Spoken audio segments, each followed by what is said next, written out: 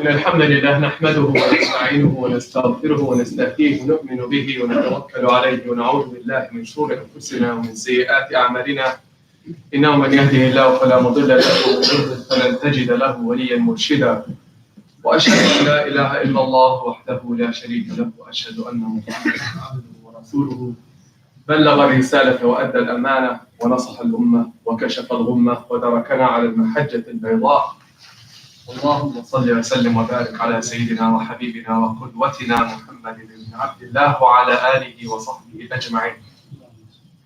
يا أيها الذين آمنوا اتقوا الله ولتنظر نفس ما قدمت لغد واتقوا الله إن الله خبير بما تعملون. In the name of Allah, the Beneficent, the Gracious, the Compassionate, the Merciful, I bear witness that there is no deity worthy of worship, adoration, gratitude, bowing, prostration, and prayers except Allah. Allah, the creator and sustainer of the heavens and the earth, and I bear witness that Prophet Muhammad sallallahu alayhi wa sallam is his final messenger. If I were to ask a question of how it would be for you to know whether you're amongst those closest to Allah, what would you think about as a proof of that? As an evidence of that? How would I know that I belong to the people of Allah Azza wa Jalla? Allah doesn't leave us wandering in our journeys over the question of how to become better and closer in righteousness and goodness, becoming better versions of ourselves. I take you on a mini journey today to highlight a beautiful passage in the Quran in Surah Al-Furqan where Allah describes beautifully and vividly those closest to Him. Because ultimately those closest to the heavens present themselves differently on this earth. And the faith that they have within them, their awareness of Allah, the compassionate, the merciful, shows up in their energy, in their spirit, in their walk on this earth. And Allah describes them and exalts them and praises them in a beautiful way, as an invitation to you and me from Allah the Almighty, saying, are you amongst them? And when we reflect on this description of those closest to Allah, we see how easy it is to belong. It is not for the exclusive few. It isn't. It is us who throw ourselves out of that beautiful circle. And it's accessible and available to you and me right now. Allah in Surah Al-Furqan describes those closest as Ibadur Rahman, the servants of the most compassionate. And He gives them a title that attaches them to Allah Himself directly. They are mine, as if to say, mine. They're my circle, they're my companions, they're my family. Can you imagine Allah describing a group of people walking on this earth as Ibad, the servants of who? Not of ego, not of status, not of nations, not of presidents, of the merciful, Ar-Rahman. Why Ar-Rahman? Because these people happen to be very conscious of Allah with His boundless mercy. They've sensed it, they've been touched by it. It fills their hearts and their souls, and they're so conscious of it. And because of that consciousness, they're intensely aware of their need of Allah. That's the first quality that Allah describes. By definition, these people are aware that Allah walks with them, that Allah doesn't abandon them, that no matter what condition they're in, Allah's boundless mercy is there for them. They understand He's their source, and they appreciate their need and their weakness. And Allah describes them as people first who walk humbly on this earth. They're very humble people, because they're aware of the exaltedness of the mercy who created the heavens and the earth.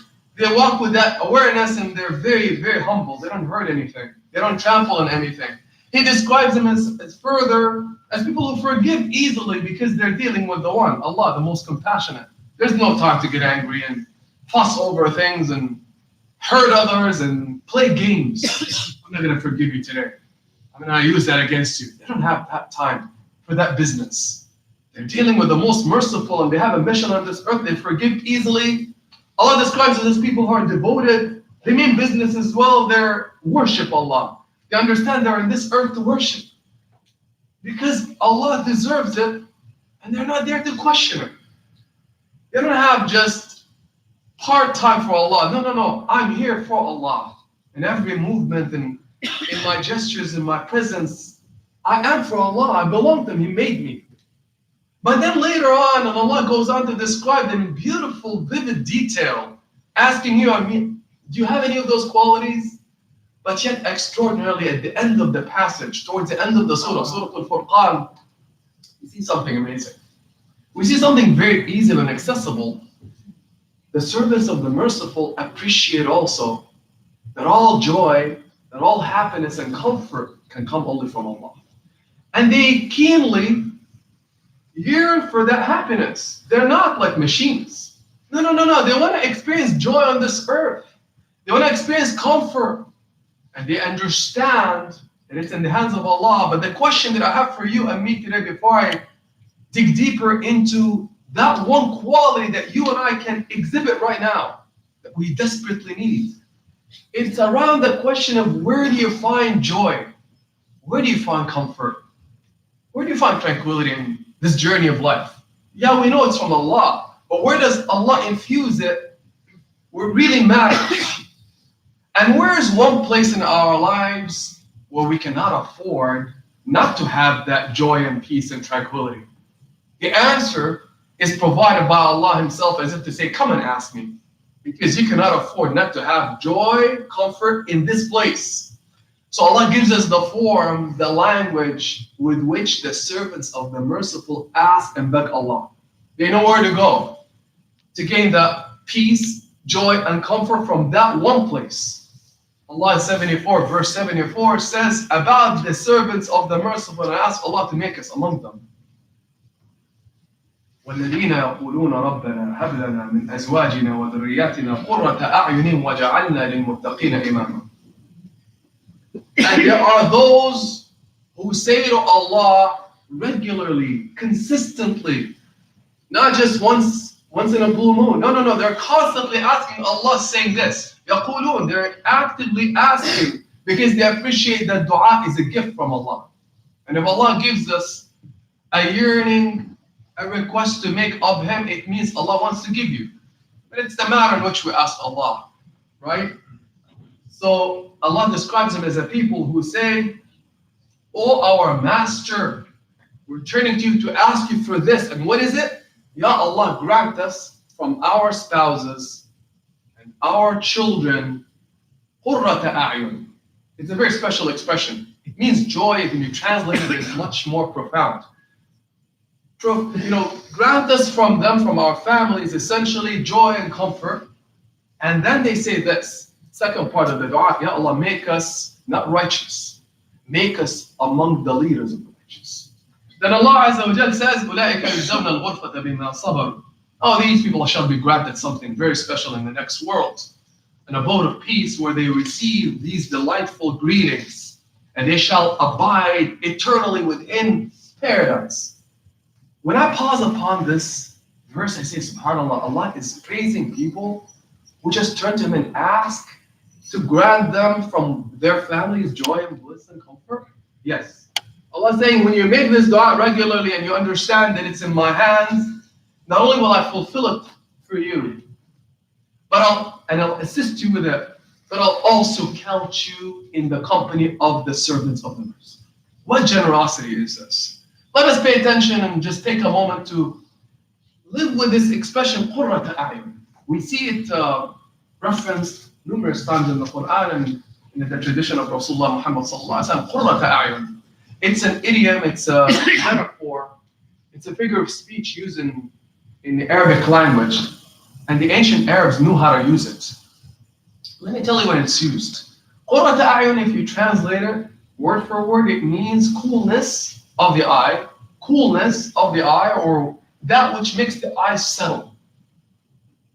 So there are two possibilities for the ancient Arabs. Either somebody is engrossed in fear or grief and sorrow and they're heartbroken, so they start to shed tears. And you and I know that when you're shedding tears of sadness, how does the eye feel? Very warm. When you're angry, you feel the warmth, the hotness in the face. And especially when you're sad and heartbroken, even the tear that you give out, that you shed, has warmth to it. So this tear is not a normal tear. It becomes an expression of your grief and your sadness. And the Arabs understood it as such, so they say that such a person, their eyes have been warmed. Not a good thing. And then they come to describe the greatest joy, not just normal joy, not just I ate biryani and I'm happy, right? No. Awesome, extremely awesome joy. A joy that Allah describes in the Quran as that joy of a mother who just found her lost child. First of all, imagine the sadness of a mother. You want to find most intense emotions? Look at the relationship of a mom and a child. What happens to the mother's heart if she lost her child? You know, you show up to the bus stop and you're waiting for your child and the bus is late. I saw it with my wife just 2 weeks ago. Like, end of the world. I'm like, it's just 10 minutes, right? But not for a mother. That's my baby, right? 10 minutes and she's calling school and where's the bus and et cetera, et cetera. SubhanAllah, what a heart. Heart of a mother. A gift from Allah. Alhamdulillah for that heart. We wouldn't be here if it wasn't for our mothers and their hearts, the wombs that carried us. That's what Allah said, be beautiful to them. And the Prophet ﷺ, when he was asked who is the most deserving of my friendship in life, a man asked him, who is the person I need to take care of the most? He said, your mom. And he said, okay, who's next? He said, your mom. I get it. Who else? He said, your mom. And he said, okay, who else? He said, okay, your dad. We get some. 1 out of 4. Mom. Because of her womb, the labor, the hardship, the tears, right? And the heart, special heart. And Allah describes it, a heart torn when the child disappears, like the heart of the mother of Musa, when she had to put her baby into the river. Send him away. She has no idea where he's going to end up. She's saving him from death. She was torn. Her heart was voided of all hope, all joy, all meaning. Then later on, when Allah brought her back Musa, He says to him, and we brought you back to your mother. For your mother to find that joy, and he said, قُرَّةَ عَيْنٍ.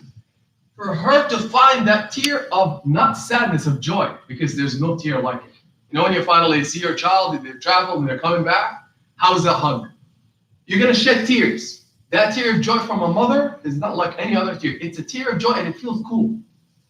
Unlike the tear of warmth from grief.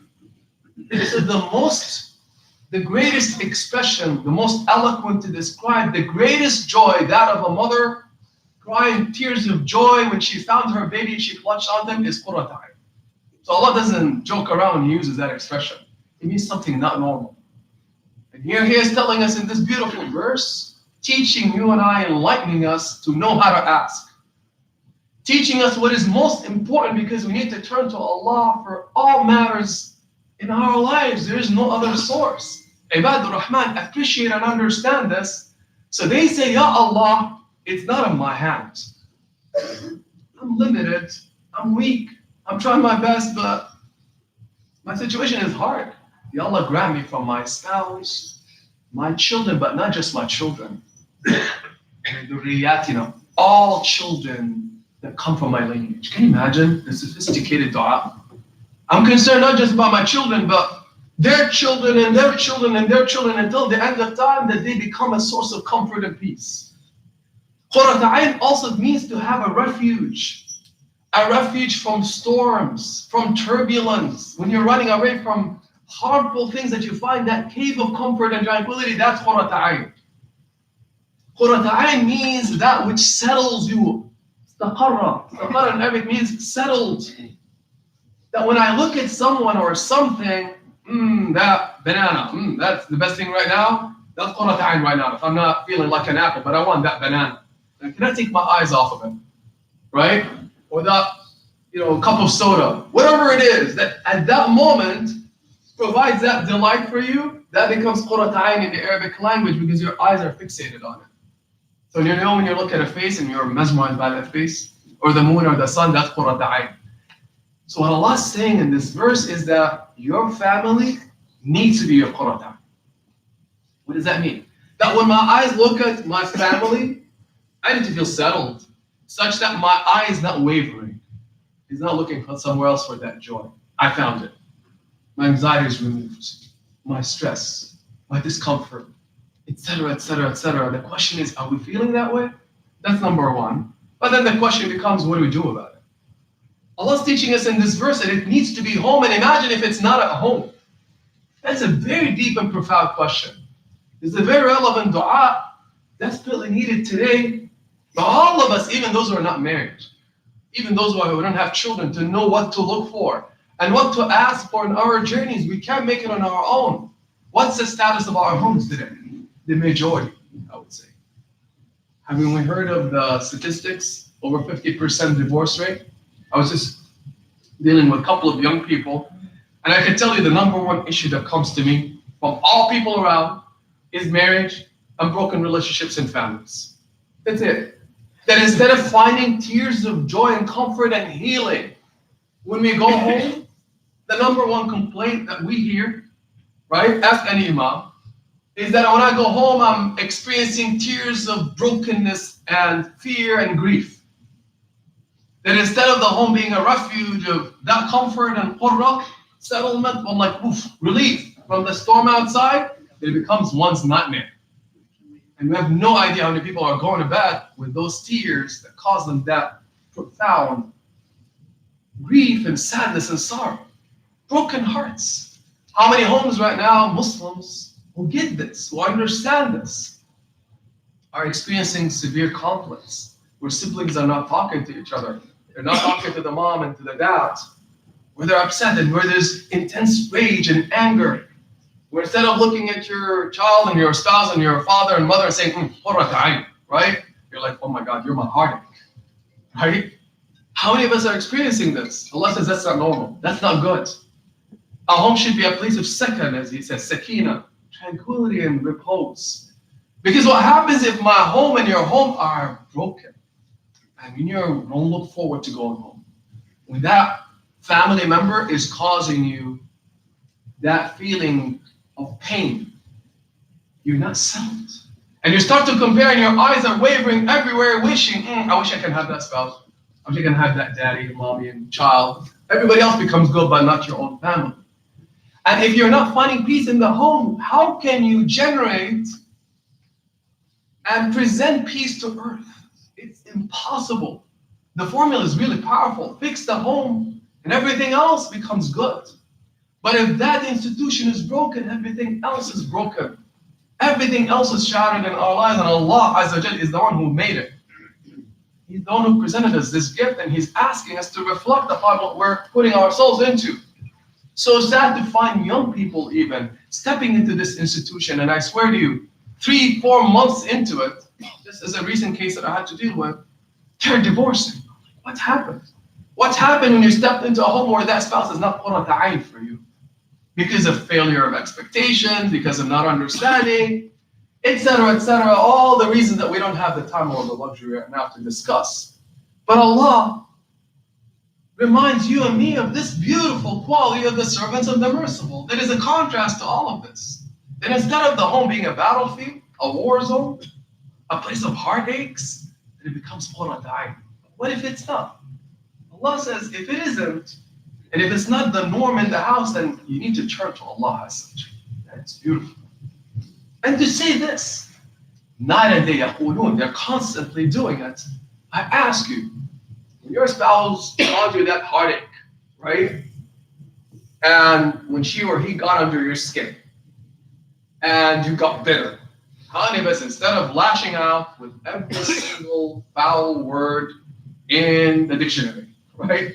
Smothering them, said, Ya Allah, Rabbana hab lana min azwajina wa dhurriyyatina qurrata a'yun. Ya Allah, grant us from our spouses and our children till the end of time. That which settles my eyes, because it's in your hands. Because my wife and my husband's hearts, my child's heart, my grandparents' heart, and the future children that I haven't seen yet, are all in your hands. And you are the creator and nourisher and sustainer of those hearts. You're the one who generates joy out of sadness. Allah's describing this and inviting us to make that dua, Rabbana hab lana min azwajina wa dhurriyyatina. Not just normal joy. No. Best joy. Best comfort. Best refuge. You know what that implies also? I ask you a question today. What is the number one concern for a Muslim parent? right? We're all grappling with it. We're all here today maybe because of that. Our concern over our spouses and children not knowing Allah, isn't it true? Isn't it? Oh my God, imagine the sacrifices we're trying to make, and it's a struggle. It's an incredible struggle. It causes us heartaches and sleepless nights, right? We're concerned. Is Allah going to be in their hearts? I'm going to ask you, what is that moment that gives you the greatest joy when you see your child doing well, right? Isn't it true? Oh, reciting the Quran, everybody's boasting about it, right? Because there's nothing like it. We know that's the only thing that matters in life. At the end of it all, life is over. It's fleeting. It's going to go away. We're going to be left with you and Allah. And imagine the possibility that my child, my spouse don't know Allah. That's scary. It's a very scary possibility. And Allah knows it. And Allah's comforting us in this dua. Don't worry, turn to me. Turn to me and I'll show you. But show up with Allah Azza wa Jal. This is a dua that says, Ya Allah, make my children be devoted to you. Make my children and my spouse and my family join me in worshiping you, in knowing you. Join them with me in being good on this earth, to become better versions of themselves. None of us is perfect, but that at least you become a concern for them. Ya Allah, allow me, all of it is in this dua, to bring up my family and my children in godly ways. Because we're all struggling in that, isn't it true? It's hard to raise children. It's hard to deal with marriages. We get overwhelmed and confused over how to resolve conflicts, etc., etc. Here you're asking, Ya Allah, it's in your hand. Within that, grant me the ability to raise my family and be a good role model for them. That inspires them, that has that patience with them when they're not doing well. When they're failing and when I'm failing, to know that you're there, that it's all in your hands. And indeed, Allah says in the Quran, وَأَنَّهُ هُوَ أَضْحَكَ وَأَبْكَى. It is Allah who causes the tear, and it's Allah who's behind the smile. But most of us think, we can just strategize over this. We can control hearts and souls. We cannot. But that Allah still demands presence and effort. Within that dua is also a recognition that the ultimate qurrata a'yun is not only on this earth, because Allah Azza wa Jal describes also those closest to Him as being very devoted, and they spend time with Allah in prayers, especially at night. And then when He describes their reward and what's waiting for them, He says, فَلَا تَعْلَمُ نَفْسٌ مَا أُخْفِيَ لَهُم مِّن قُرَّةِ أَعْيُنٍ. No soul knows of the delights and the joys and the comforts, قُرَّةَ أَعْيُنٍ, that waits for them. It's in the next world. So when you're making this dua, you're also asking, Ya Allah, don't also break my heart that I don't see my family in the next world. And Allah wants to give it to us, otherwise He wouldn't have put it in the Quran. Allah will never separate a believing family, even if our children and spouses are struggling, just because they have faith, because Allah wants us happy. So Allah says, if you just struggled with me, I shall grant you that ultimate feeling and experience of joy and comfort when I join you with your family. But it won't just be your spouse and your parents and your children. You're going to be astounded to find children you've never seen. And they are the children of your children and their children till the end of time. Because Allah is generous. Because Allah is boundless with His mercy. And these are people who are described as what? Ibadu ar-Rahman. We ask Allah Azza wa Jal to grant us joy and comfort and tranquility from our spouses and children and families, and to make us among the leaders of the righteous. أقول قولي هذا وأستغفر الله العظيم لي ولكم فاستغفروه.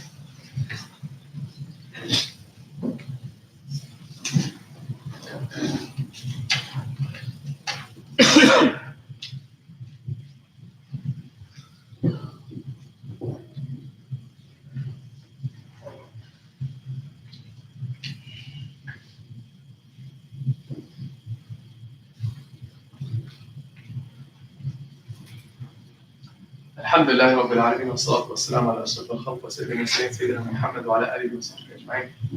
The second part of this beautiful dua, a gift from Allah Azza wa Jal, is that those servants of the merciful say this other part of the dua, which is وَجَعَلْنَا لِلْمُتَّقِينَ إِمَامًا.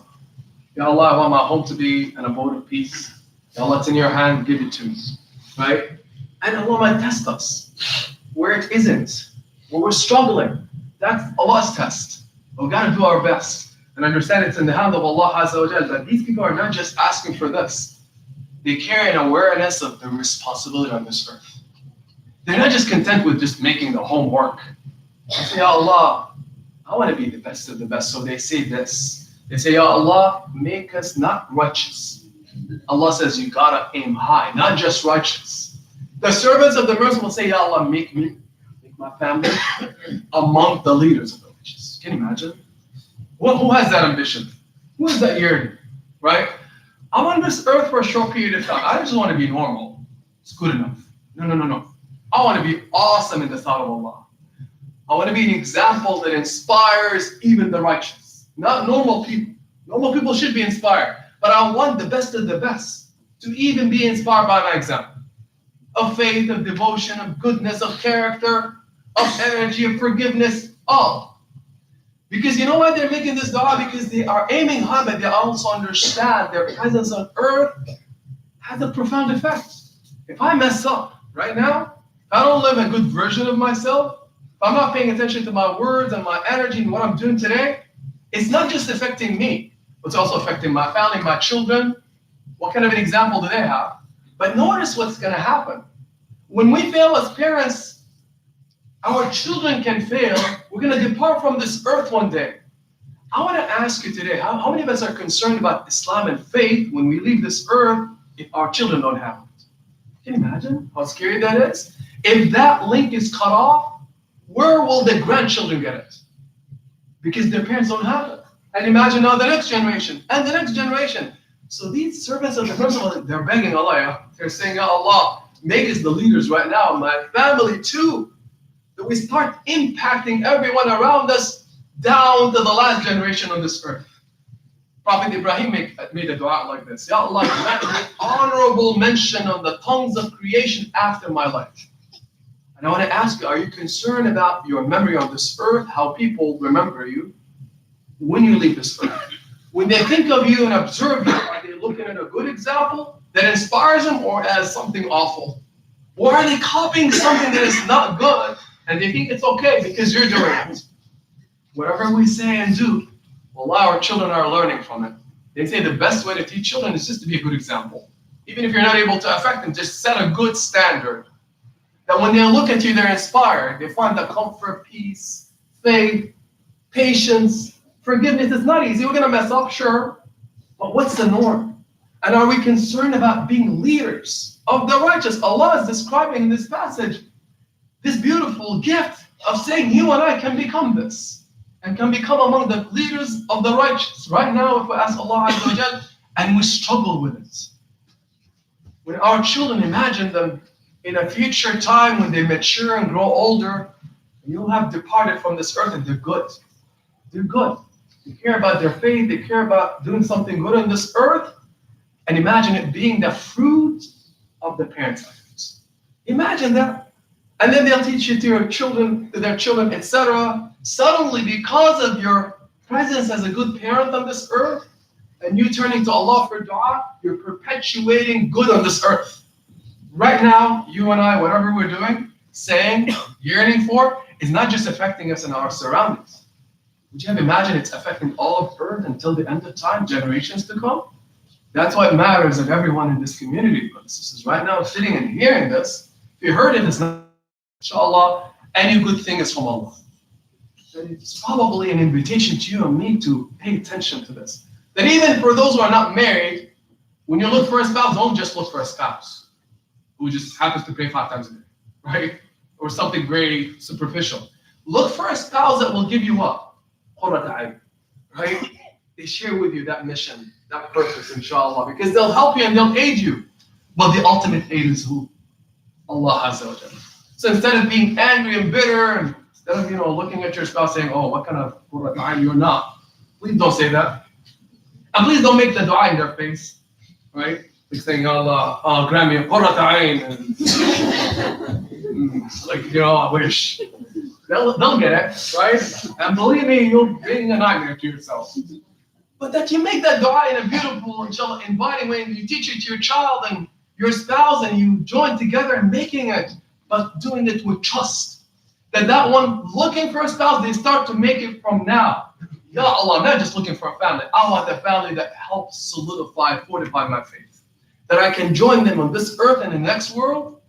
That me and my family become leaders of the righteous. Listen, brothers and sisters, we're gonna stumble on this. It's not easy. And Allah tests us in different ways.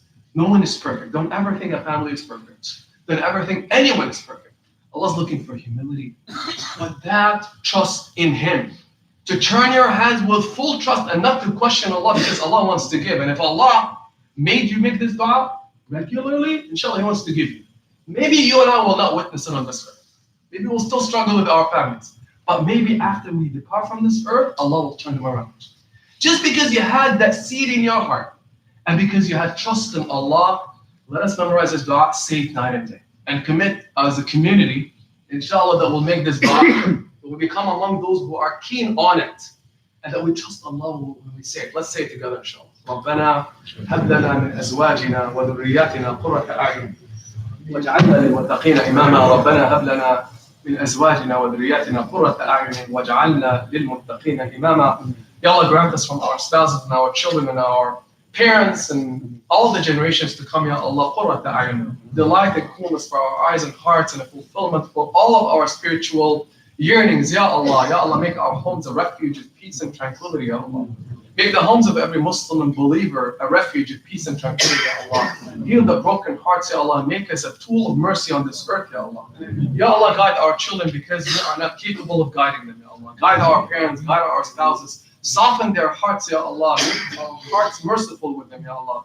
Make us patient with them, Ya Allah. Ya Allah, join us with the righteous. Make us among the leaders of the righteous. Join us with Rasulullah Muhammad sallallahu alayhi wa sallam. Ya Allah, Allahumma ighfir lana warhamna.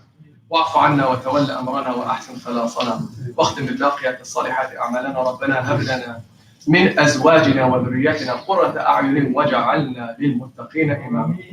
Brothers and sisters, inshallah, before we call for the prayer, this is verse 74 in Surah Al-Furqan.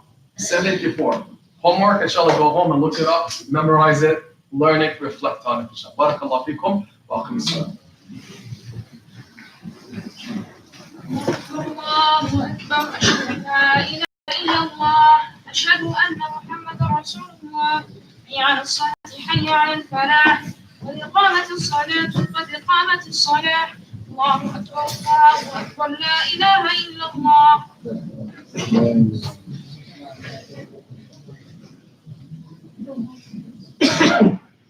Straighten the lines and turn your hearts to Allah Azza wa Jal. Pray the salah to your last verse. Taqimu alhamdulillah. Sallu salat al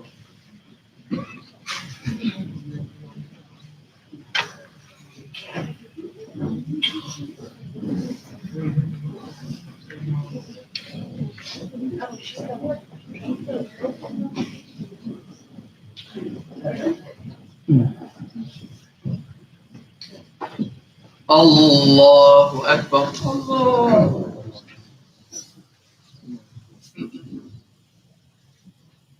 الحمد لله رب العالمين الرحمن الرحيم مالك يوم الدين إياك نعبد وإياك نستعين اهدنا الصراط المستقيم صراط الذين أنعمت عليهم غير المغضوب عليهم ولا الضالين.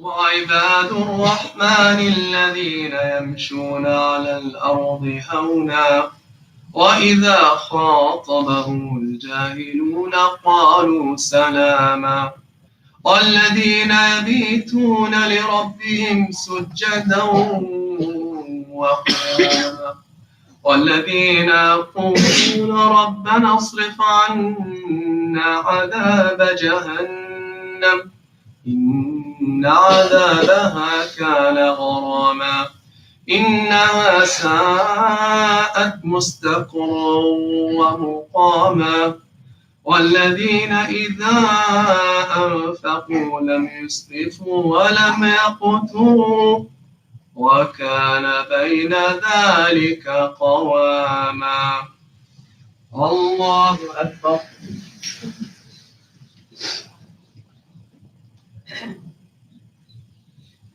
سمع الله لمن حمده.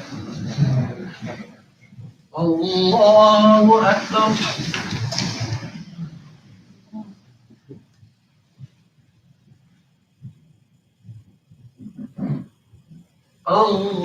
الله أكبر. الله أكبر.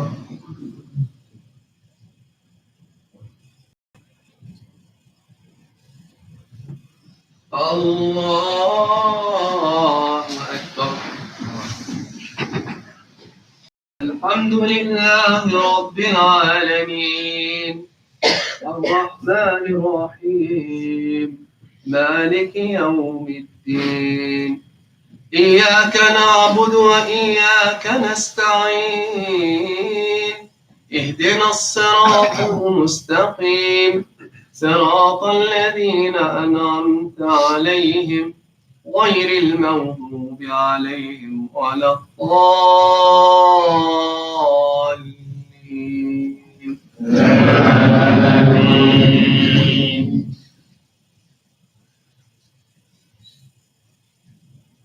والذين يقولون ربنا هب لنا من أزواجنا وذرياتنا قرة أعين واجعلنا للمتقين إماما أولئك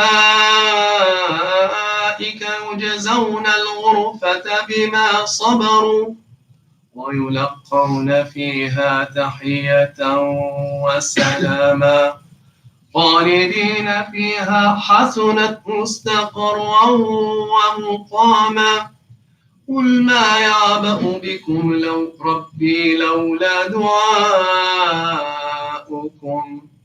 فقد كذبتم فسوف يكون لزاما. الله أكبر.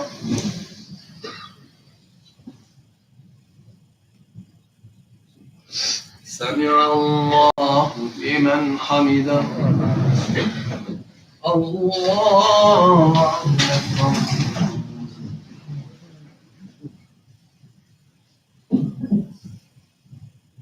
الله أكبر.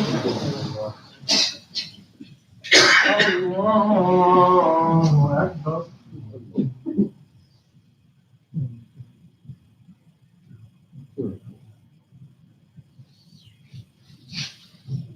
الله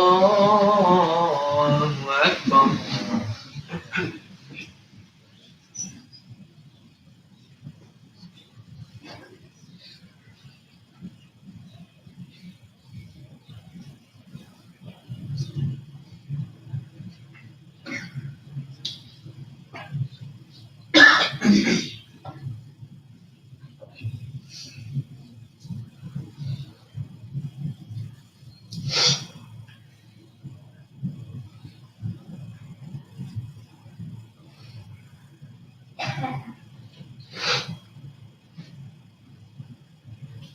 السلام عليكم ورحمة الله.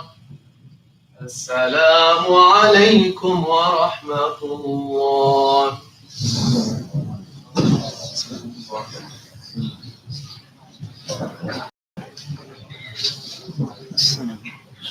السلام عليكم ورحمة الله تعالى وبركاته. Alhamdulillah, to see everyone. We ask Allah Azza wa Jalla to bless us and surround us with His mercy, inshallah. To grant us, inshallah, joy, happiness, and tranquility from our families and children. A couple of announcements. First, a request for dua for the soul of our brother Humayun Ashraf. This is his 1-year anniversary since his passing. And his family, subhanAllah, is one of the founding members of this community, very supportive. And they request all of us to remember him, inshallah, today and make dua. Ask Allah Azza wa Jalla to surround his soul with His mercy and to enfold it in His care and to make his grave a garden from the gardens of paradise. Ask Allah Azza wa Jalla to join him with his family and to join him with Rasulullah Muhammad sallallahu alayhi wa sallam. and to place them in the highest abodes of paradise. Allah, ask Allah to grant His family patience and to grant every family that has lost anyone patience and strength to endure their loss. To join them together in Jannah al-Firdaus. Allahumma ameen, Allahumma ameen. Ask Allah to send His mercy upon all the believing souls on this earth that have passed away. We ask Allah to relieve our brothers and sisters across this earth who are struggling and suffering. A couple of other announcements, inshallah. No halaqa tonight. And inshallah, the halaqa on Sunday resumes 6:30, inshallah, with sort of an ahqaq, followed by breakfast as usual. And last but not least, this is very important. We've announced this last week. We're starting a very important program for the youth.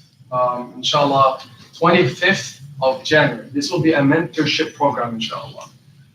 Collaboration of the Masjid, ICCP with the Center for Muslim Life. We're bringing a team of mentors, very dedicated people, very accomplished people, alhamdulillah. We're going to be looking to establish those relationships with our youth here in this community and help them in their lives, inshallah, guiding their steps professionally, spiritually, emotionally. And I can tell you it's, inshallah, a great opportunity. We don't want to miss it. I'm going to be involved myself in this. We're going to be meeting the first meeting of the year. This will be a monthly program, inshallah. Please, please, if your child is 13 or above, take advantage of it. I swear to you, none of us can make it without mentorship in this life. We all need somebody to look up to ask questions, to find guidance through. And inshallah, we're going to provide this, inshallah, in this masjid because the youth matter to us. 13 and above, bring your child, inshallah. And the meeting again will be on the 25th of January, 3:30. You'll see the flyers outside and the names of the mentors that will be involved. But there's also a waiver form that you need to fill out, and it's with Sister Zamruda. Sister Zamruda is standing there with the forms. If you're serious about this, and I can tell you, take advantage of brothers and sisters. 25th, please mark your calendars, inshallah. Bring your children, inshallah. They're 13, strictly 13 or above, inshallah. Barakallah fikum. May Allah accept from all of us. Assalamu alaikum.